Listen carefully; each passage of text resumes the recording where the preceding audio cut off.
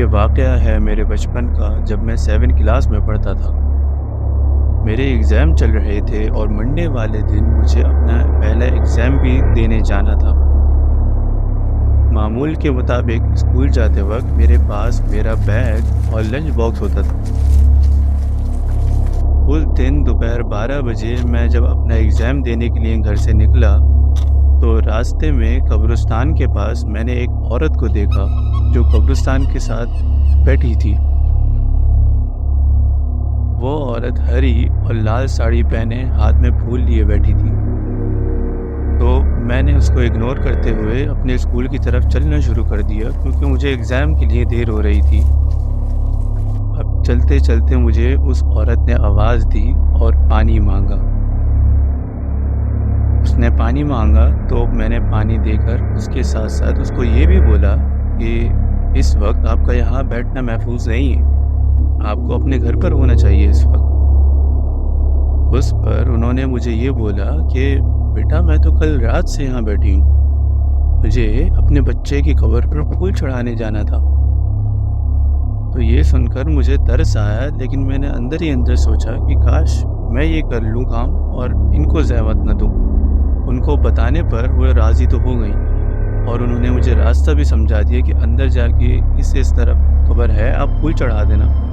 तो अंदर जाकर कब्र पर फूल चढ़ाने और वापस आने में तकरीबन मुझे 10 मिनट ही गुजरे होंगे और मैं वापस आया तो मैंने देखा कि वहाँ कोई मौजूद नहीं है।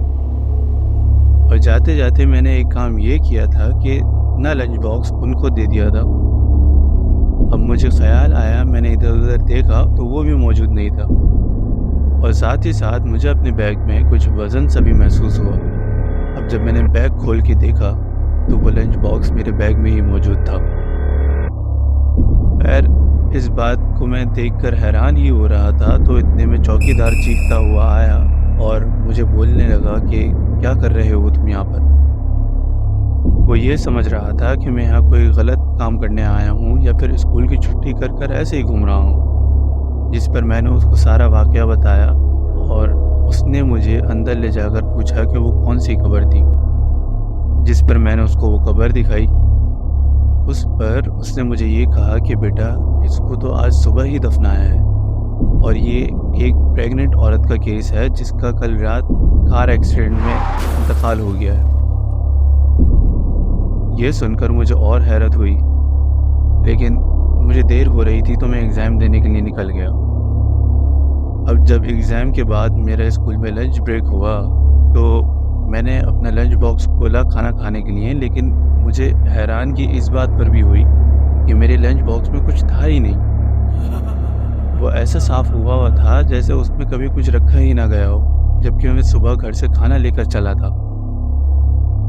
खैर इस बात को 2 दिन गुजर गए और फिर जब मेरा दोबारा वहाँ से गुजरना हुआ तो मुझे उस चौकीदार ने अपने पास बुलाकर मुझे अखबार में एक तस्वीर दिखाई और पूछा, क्या ये वही औरत थी जिसको तुमने देखा था उस दिन? ये देखकर मुझे हैरत हुई कि वो बिल्कुल वही औरत थी जो उस दिन गायब हो गई थी। ये वाक़या है फ़ैज़र अहमद का, जो कि इंडिया से हैं। अगर आपको इस तरह के और वाक़यात भी सुनने हैं तो सब्सक्राइब करें और लाइक करें।